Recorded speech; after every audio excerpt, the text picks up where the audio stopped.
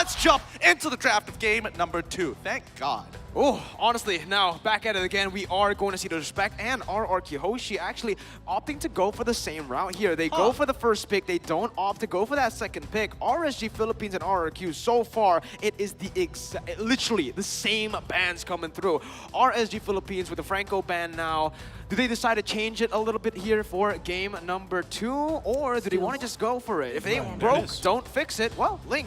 Yeah, and I would say we're probably going to expect Claude being banned out too. It will still leave some things open. But also just a little fact here. Before the previous game, right, RQ Hoshi, they were still 100% undefeated first pick, right? So at this point, they still, like you said, they take the first pick here. So that will allow them to take that priority. What I'm wondering is, do they still want to go with the Akai? Because we've seen teams kind of decide, do we take the Akai if it's going to be open, or do we focus on something else? I think this is one of the situations where they... Okay, so RQ can decide not to take a Kai first pick, which I do think is a bit of a mistake, but they are going to flex it. I'm guessing, early prediction that R7 might be the one who picks it up here instead. Because they're banning out the Esmeralda, right? We're getting some hints that maybe they're going to prioritize R7. But there is a hero that was actually left open completely there. It was the Julian, right? So where is the Julian? That's a good point. Where is the Julian? Where does he come into this game? I mean, Julian's been a little weird. He right? is, In your words, he's been a little weird because it works better for me personally in the jungle. And there has been teams that have been able to play it well in the mid lane, but still, it struggles a little bit there, especially when we're talking about those mages that continuously get picked.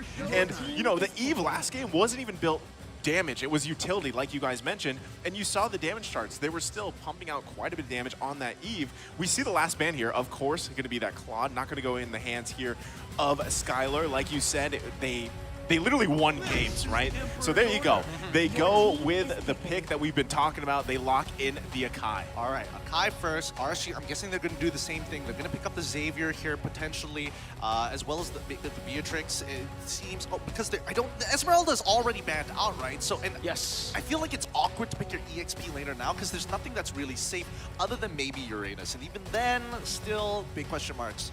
Well, we're talking about Navs here, right? Again, another signature Thamus. hero. There it is, the Thamus. That's what I was thinking of, right? Right now, I feel like it is, yes, you don't want to see the Xavier and the Beatrix in the enemy team, but I feel like it's still too expensive to pick off right as you start, right? It's a good pick, but you need to space it out, the timing between these two picks, and build around it. The reason why Xavier usually works in these compositions is because they have these aggressive people who are playing offense more than defense. That creates the opening for Xavier and RSGPH. I really like this. Yes, we said the Thamus, but the Masha does maybe even better at going in, aggressive plays, and just knocking down that backline of RRQ. The response, though, I feel like now Beatrix can be picked up. Do you want to go for it, or do you want to go for the same strat you did in game number 1? I think this is a good read by RSG, right? They pick up the Masha and they say, even if you pick up Beatrix, it's not going to be the most fun time for you. I can still thunderclap you and send you straight back. But the question is, are they going to pick up Julian as a way to kind of play this? Because Julian still is technically a flex pick and works well with Akai because you still don't know where exactly they're going to go. Exactly, you leave it up there, right? But they're going to lock in the Eve here. That was what I was going to put on the table. I was going to say the Eve because this is, again, a similar matchup, right? Pretty much the same matchup from game number 1. But what I am wondering, do they still go with that utility build? Because it did work out for a certain amount of time, but eventually it would have been beneficial if you had a little more punch, right, on that Eve. We saw that last pickup where it was that damage item, the glowing wand, right? It worked out pretty well, but if you have a little more damage, that could be beneficial. Now, RSG Philippines, they take the Beatrix here out of the hands of RRQ.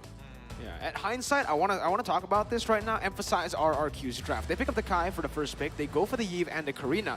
By picking up the Karina, you kind of reduce that flex potential of the Akai, but they still can go as a roamer, right? It can still be flexed by the XP and the roamer. We're just gonna have to see how that plays in because I feel like this is good. If Albert isn't really feeling confident to get those 50-50s on an Akai, the Karina is a completely different story. It's so easy to chain the damage with that retribution to win and maybe build more confidence with the 50-50 plays. I totally agree with you here. And now we're seeing the next couple of bans, the carry coming in from RSGPH, making sure that the Masha is going to be A-OK. He's going to be all good, all healthy. Max HP, can't do none of that shenanigans no more. And even for RRQ, they're getting rid of making sure that the support is a limited pool, get rid of the Angela, make sure they don't have a dedicated way. I do think it's a little strange considering that RSGPH right now, in terms of initiation, when we look at Masha compared to someone like an Akai, like a Kufra, and arguably even a Grok as well, they just have better ways of getting in a fight compared to Masha. Yeah, she literally has to just Run in, like literally sprint or run in, right? And that's what we see here. But RSG Philippines going to take out big gold laners here again. Smart. 3 bans, right? Very 3 smart. bans to the gold lane here. They're really limiting the choices here for RRQ as they take out that Irithil too, which is funny because we saw Irithil pop up, do pretty well so far through the tournament, but still teams aren't prioritizing her as much. And RRQ takes out the Cho pick here, so they're focusing still on the choices here of light. And at the same time, RSG Philippines, right? What do they want to take to complement that jungle? Like you said, they have the Masha. They could possibly, I'm thinking for Demon Kai, right, in the jungle. If he wants to go maybe the Baksha, Baksha, we've seen Baksha, right? Yeah. Being able to just roll around the map himself, initiate very well, and can still clear relatively well too. Plus, you know, you have that built-in passive that is beneficial for those big team fights. I actually feel like if now they are up against the Karina, they would just try to go for the same pick here. Lancelot fits perfectly in, right? If you want to contest these 50-50 battles, Lancelot does a really good job at securing these objectives. And Demon Kai, we know he can play it really well. But no, they actually go not for the Baksha, not for the Lancelot, but the Barats here. Yes, it's been so long, so very long we've been talking about how Barats is a very clear way of dealing with the Akai. You heavy spin, I press Alt, I eat you up, I'm not gonna get knocked away too far, boom, bang, bada bing, lock you against the wall, you have no initiation tools. It's a very simple way, but no one really has been utilizing it other than Malaysian representatives. By the way, they got knocked out, so therefore you can definitely see that there is a big stain on Barat, but it's good to see him back right now. Yeah, I There's mean, a big question though here, Naisu and Gideon. Who is going to be the gold laner? There it is. Brody. And the Ruby pick. I really like the Ruby pick considering that they are up against Iman, who is on the Beatrix here. Sure, you would usually see Masha, Barats, but I'm actually looking at Iman here because he's been so impactful, mostly when he gets the Wesker as well, right? Sure, Renner for sure, but now it kind of forces him to maybe play the Renner a little bit more, be a little bit safer on the Wesker, and that gives the opening for the Brody to come into play. That burst damage that gets everyone out. The thing is though, that late game, he falls off in terms of damage. We've seen this time and time again. yeah, the performance on the hero alone isn't very spectacular on that Brody pick. And RSG Philippines is going to lock in the Lolita here. So these guys are quite tanky, and this is going to be hard to get through that defense of RSG Philippines because it's going to work so well. Even you're talking about the Xavier plus the Lolita, and just to negate a lot of that incoming damage from RRQ. I mean, negate is one way of putting it. I feel like it's more for the disengage more than anything else. It is not exactly too easy here, especially for RSG, my bad. It's not, when they are looking for these bigger engages, there's just a lot of options and tools that RRQ have to just say no. Ruby, for an example, simple way. A lot of taunts, a lot of ways to make sure that Masha isn't going to be as effective, or even Lolita. I'm looking at the composition so far, and I just really like RSG right now. Because, okay, yes, RRQ, I agree with you. They have a lot to play with, but it's all going to come down to that early game. But ladies and gentlemen, it's time to step into the land of dawn for game number 2. Let's see if RRQ can equalize or RSG can follow up with the momentum. Here we go. Game number 2 on its way. This early game is going to be a make it or break it for both sides. Demon Kai cannot lose his momentum here against Albert, who is going to be on his Karina. You know what he's like on these assassins. Yeah, I feel like, you know, having a wow, early skirmishing already here. This is the power of a Ruby, right? And you can not able to force any spells out here yet, but going back to Vin, right? Vin, especially the performance that he has on a Franco, I feel like he does a great job on a Ruby too. You can already see the early aggression coming out. Whoa, Demon Kite, yeah, taken very low here. He's forced to back up. That's going to be the Mystic Field popped and used to just immobilize Vin, stop this tempo from getting any further. But you can see, right now, Light and Aqua, they are very pressured in lane. Yeah, and that's what you want to see, especially when Vin is playing that Ruby, right? Aqua, and especially when he's on that Xavier, is not going to be very effective in the early stages of the game. And the same goes for Lolita, who just has a point-and-click stun. Okay, they didn't steal away the orange buff. Thank goodness Demon Kite can continue farming. What I'm wondering, though, too, is in these early objectives, if they have enough here, RSG, oh, they initiate. Oh, first blood there for RSG. Again, Vin, a little bit too aggressive there. RSG instantly punish. Okay, going back to my point, right? Do they have enough to win these kind of early aggressive trades that are happening from RQ? And, you know, I guess they do, because they grab that first blood. And with the turtle coming up shortly, they might be able to set themselves up here. Emon gonna flicker out, but has to reset too, and they want to prepare for that next turtle. And I think this is smart. RRQ are making sure that the mid lane priority is forcing Lolita to kind of match because they're threatening somebody, and they threaten the jungle, and they can't afford the jungle to fall off that early. So Light has to match them everywhere they go, allowing for the lane-dominant heroes like Skylar playing this Brody to try and win this early game against Iman. Let's see the first turtle fight here. It is going to be RRQ looking for more. Nats going to the back line. That's going to be Albert winning on the Retribution battle. R7 pinning Demon Kite down as the real-world manipulation comes in. Demon Kite taken low, going to be taken down there by R7 as Albert will look to kite away. The Dawning Light is not enough, even with Nat's damage to top it off. It is RRQ with a favorable 2-for-1 trade and a turtle. See, that's the thing, right? They don't have the damage yet quite enough. And you could see, right, this is the jungle barracks does work pretty well, but even early on, especially when you're forced to fight in that real-world manipulation, and with Vin being there, it's pretty tough to win those early trades. I think more so, they just need the items. They need their first items here. They did play a little bit of a risk trying to get a pick back, but I think RSG at this point, they don't mind. First turtle, a little bit of EXP. They're not completely out of it just yet. The only consequence that they take is the fact that Demon Kite has to restack himself all over again. He wants to be a big boy, but right now he's just going to be walking on some toddler legs for a while. Yeah, but back at it again to the point that we made a little bit, right, in the drafts. RRQ, this composition was made to dominate this early game, securing a lot of the neutral objectives, especially with a Brody in lane. You're looking for a lot of catches. But when it comes to that late game, I feel like this is, again, a very Omega-ish draft from RSGPH. It feels like they're stalling it out for Aqua and for Iman on the speed tricks to scale up. RRQ, they need to pull the trigger. They need to look for fights early on, maybe more picks than game number 1. But so far, I feel like RSG have been able to nullify all of that. Yeah, like you said, you know, they're going with that same kind of game plan. They've made a couple changes in their draft here, but Aqua also picking up the Clock of Destiny already at this point. So this is what we saw, right? That early fight where he didn't really have that damage yet. At this point, it's already going to be scaling. So the next big objectives that do come up, now RQ Hoshi has to be pretty much careful in how they decide to go about those fights. And I think a lot of it has to come down to whether or not RQ Hoshi members have battle spells, right? And I think, oh, here we go, a fight. Oh, R7 still able to find that heavy spin onto Aqua, even with the flicker pop, and that's going to be Light falling as well. Albert with a double kill, 2-0. This is what you want to see from RRQ. Using that early aggressiveness to just look for fights, and R7 roaming so early on is just such a curveball to RSG. You have to admit, the RQ members are a little too good at Kai. Somehow they always get more than, like, they get 2 members at a minimum. And this is starting to become a bit of a weird trend. Like, how are they learning? What is the boot camp for a Kai here? I mean, no matter what role they play it in, it works so well for them. And that's the thing too, right? You can continue to just let Nath stay in that lane. R7 is going to be way more valuable if he joins those team fights anyway. And that's exactly what we're seeing here. So they have that early lead already, 2.4K gold lead, five minutes in. And like we said, RC Philippines wants to just take the time, slow down a little bit here, and just get into this game, because obviously the tempo is being set by RQ Hoshi.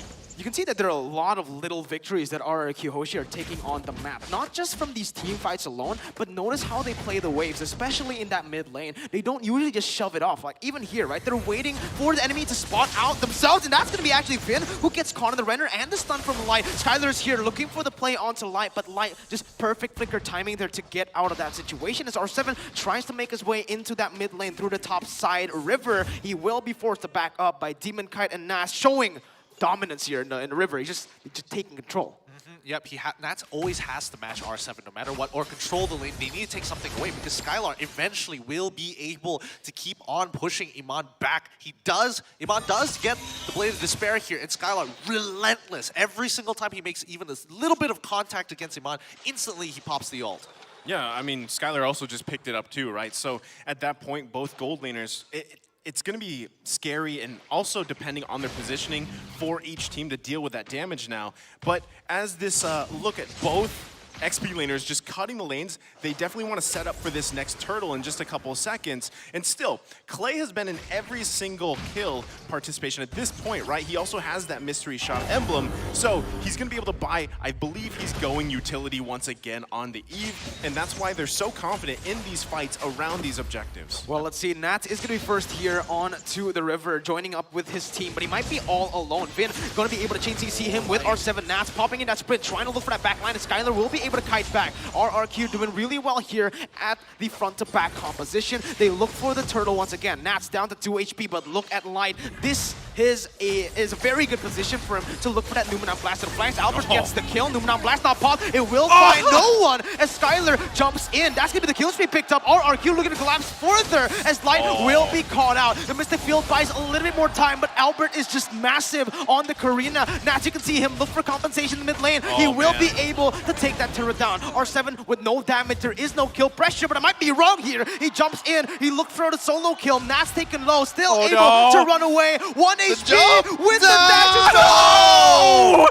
Good mechanics coming out of Nats. He takes the Cyclone. I knowing that if he charges, he still moves forwards during the animation. Good micro mechanics. And RSG make sure that they tax RRQ Hoshi for every move they make. Does R7 have the cursed helmet? Because he was, I think he has the cursed helmet, right? He was burning him. I thought that one tick was going to get him. But okay, going back to that, right? I mean, that whole thing, we saw how much of a struggle it is to actually utilize that Lolita because you charge up that Numenon Blast, but if you miss it, where do you go? Exactly. And that kind of falls apart at that point. Let's not forget that Light also didn't have his flicker at that point in time. He had 20 seconds still left, and they couldn't really do much about it, so they had to just somehow keep them in place in the range of that Numenon Blast, or at the very least just get the slow... They don't find that pick just yet, but Clay, he's getting a little brave here.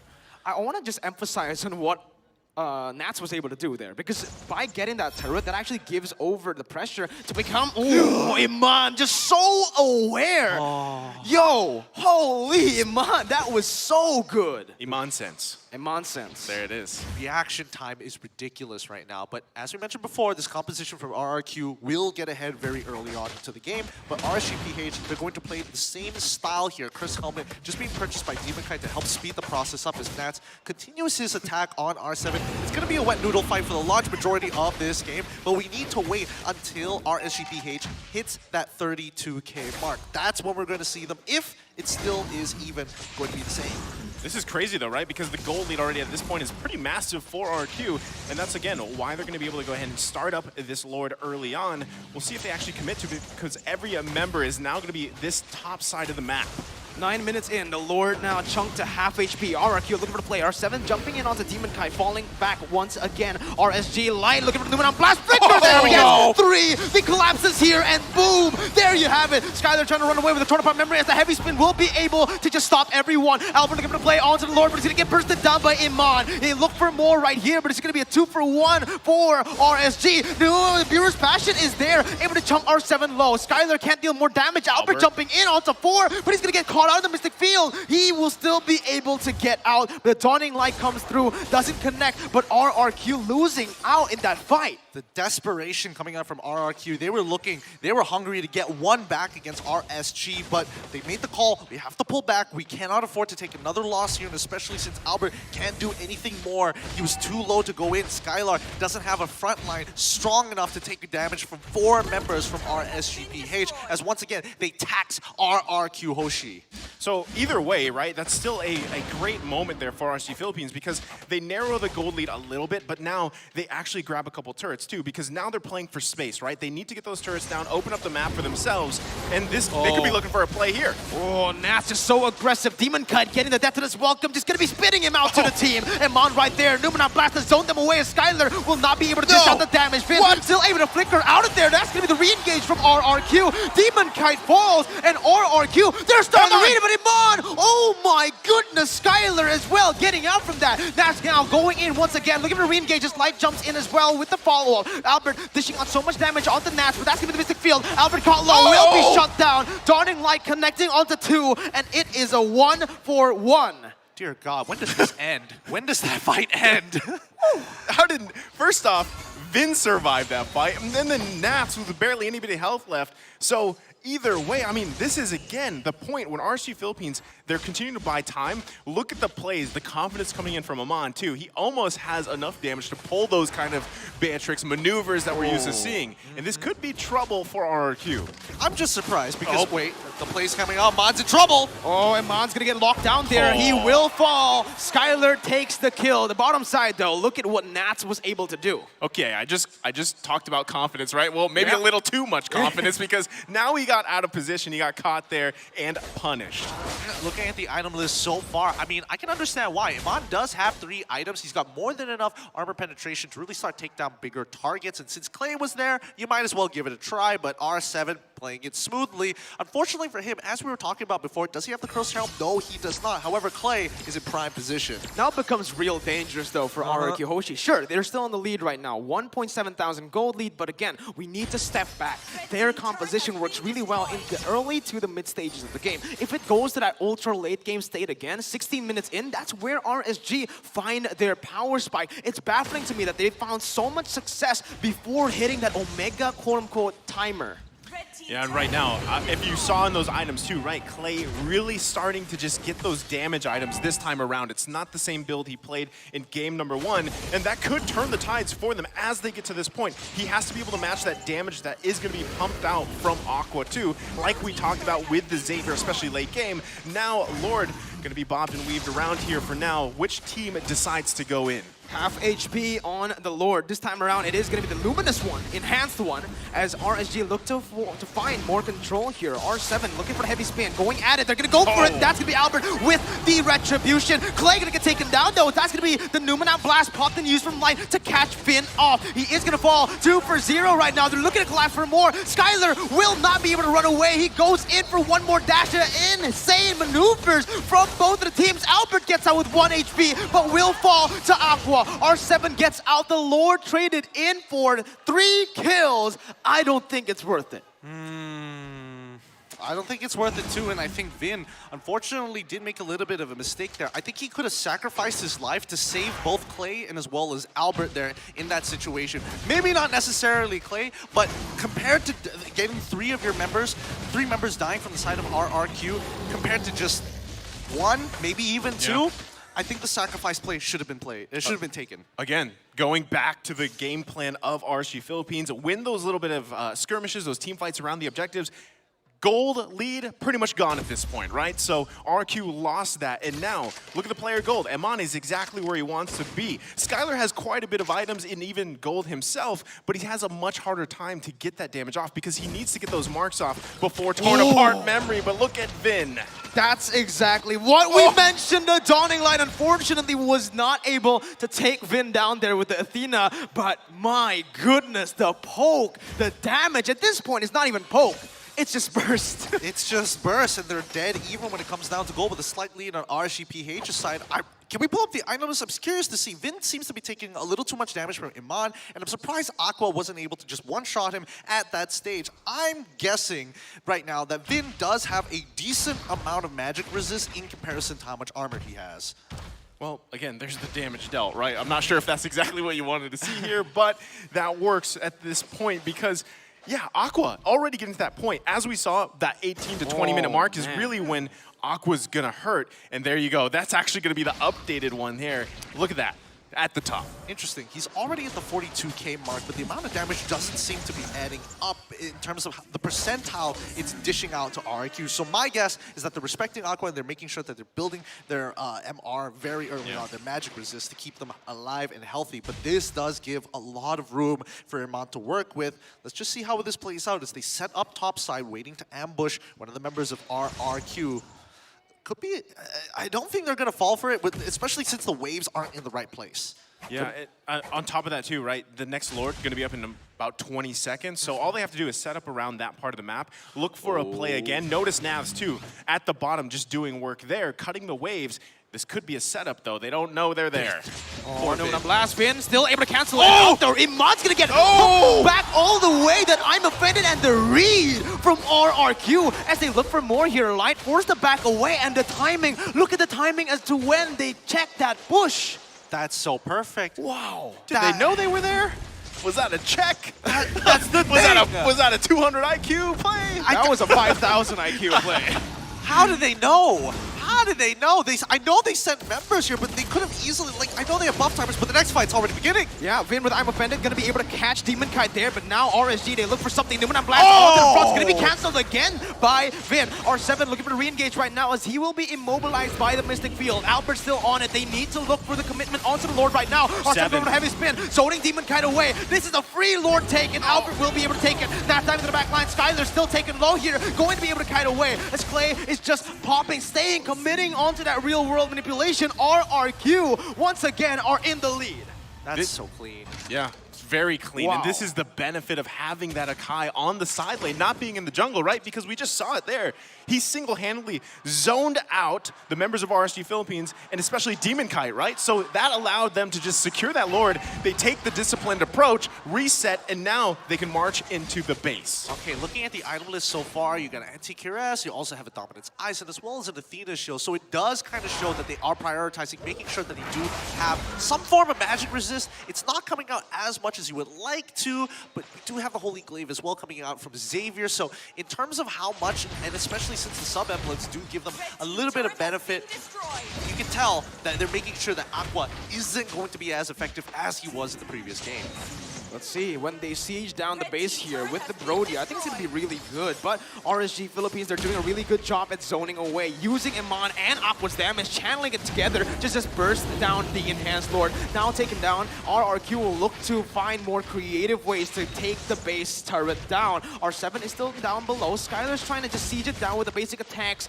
Yep, you will be able to take it down there in the bottom side. Top side also taken low, so they're poking it really down. Winions up top. Winions indeed, as they get 2 turrets to the base of RSG Philippines, so they're happy with that, right? If they can find enough time, again, just to stall it out, wait for the next Lord, they can do the same thing. Right now, RSG Philippines has to be conscious again of that Akai, that heavy spin to zone them out. At the same time, right, where does RSG Philippines find a play here? Because you guys mentioned it, right? Gideon, you mentioned it, that magic resistance is actually working really well to counter the damage so far from Aqua, and it just, at this point, it's not working as well as it did in game number 1. I'm curious to know, did R7 not complete his boots this entire time, or did he switch them out later on into the game? I actually don't know. I'm pretty sure. That's the thing, right? We It's did weird. see the buy. We'll have to theorize about that later, leave it to the analysts to do the hard heavy Pandas lifting wear work. boots. That is a good point. That is Doesn't need them. That is true. That is true. But with RSG and the way that they're playing, right? I don't know how effective this single purchase is going to affect the the bigger picture here. Yeah, because again, all he has to do really at this point in the game is just zone out the members of RSG Philippines. That's literally his assignment. He's understood it up to this point, and now RSG Philippines is having to respond around that because at this point too, immortalities are up. So you pretty much have to handle that in itself. And there you go. Albert also picks up an Athena shield. So at this point, you're really negating a lot of that kind of burst magic potential. We're seeing a lot of similarities to game number 1, but this time around, RQ not as dominant in the early stage. Though, again, I want to emphasize this. RSG Philippines, it's 19 minutes in now. That's where Aqua and Iman have their power spikes. This is where they start to just turn these fights. RRQ, though, they notice that Iman is up top. They just fully commit onto the Lord. I feel like they just position themselves a little bit too risky here, and Light will be read out by R7. He goes into the bush knowing Light is there. It is just going to be the Lord taking a half HP. They just try to bring it out. They're trying to just bait it out here as RSG are going to look for more map control, especially here in the bottom side river. Both teams not pulling the trigger just yet. RSG getting caught out here as Vin will be able to open up the map once again. Demon Kai going for the death as welcome time. Vin is going to get caught. He spits him out with the damage coming through, but R7 is going to be able to buy so much time. Vin getting out. R7 taken low there in the top side. Forced to flicker out. Clay is going to get caught. No! On to 3! RRQ, they can't go anywhere. The real world manipulation was popped there, but instantly cancelled by Clay. And now RRQ, they lose R7. Albert is still half HP, but they cannot look for anything here. Look at Albert. He just goes for the purple buff. It's RSG with a clean fight and a free Lord. Oh, the one angle that RRQ didn't think of. They were doing the exact same thing. They're trying to delay, but the top side, the minions are pushing into the crystal, and Aqua here to stay and defend the base. The hero, the low-key hero that RSG needs, as the rest of the team trying to take this Lord as fast as possible. Yeah, it's gonna be Lord taken down. R7 looking for the pin, but the Numenon Blast once again by Light gonna be cancelled out as R7 flickers there and cancels it away. RRQ Hoshi still getting out on this fight, but at what cost? They lose so much. Evolved Lord now, just as I say it. This is crazy too, right? Because that whole time, Emon played it perfectly, right? The positioning for him to really just be disciplined enough. We are going to be taking a look at this instant replay presented by TikTok here. Look at the play. Look at the setup by both of them. Perfect setup there from Light. Look at Emon's positioning this whole time. He also has to be very careful. They cancel Clay's setup here because that could have been a big disaster for them, but they played around it so well and just everything kind of fell into place for RSG Philippines there. Two key points that they had to keep in mind. Number one, Skylar showed himself on bottom side, which made it very easy for RSG to say, you're a man down, we can start taking the space, right? Second of all, it's just disrupting Clay's ultimate, because as you can tell by his build, he's playing pure utility here. He's trying to shred, he is trying to demean RSG as much as possible when it comes down to RSG trying to run away from fights specifically. Well, that's going to be the Evolved Lord marching down. Iman somehow finding that spot to hit Skylar in the midst of it all, and that's going to be the topside turret taken down. RSG Philippines just chaining this all across RRQ's base. Mid lane turret inner taken down. They're looking for more on the board, but no. They just pull back. RRQ with a good defense. RSG with very good discipline, able to just control this. Still holding on to that 3,000 gold lead, which is just going to get bigger and bigger as we progress through the game. RSG have hit their power spikes, and now it's going to be RRQ who need to find that comeback moment. I feel like they're feeling pretty confident here, especially you saw Emon, he has that immortality, right? So he doesn't, I mean, he's also got the flicker available to him, so he can be a little more defensive or aggressive with that, deciding how he wants to play it out. You can see R7, again, this is up to him to find that moment for the setup. Vin is there to help with the disengage if he needs to, or he also has a flicker, I'm offended combo to initiate, but he's got to be super careful here because even if you catch someone out, immortality is going to be popped. You still have to work around them, and look at Emin and Aqua, right? They're just pretty much in the back lane, letting Nats, Light, and Demon Kite just take the brunt of that damage. I totally agree, but I think the biggest problem here for RQ is going to be Nats, right? Because again, Skylar is continuously getting threatened here. Nobody's really able to peel Nats off of him, and when they do, that means Clay is wide open. So who does RRQ Hoshi play for right now? Do they play for Skylar, or are they playing for Clay?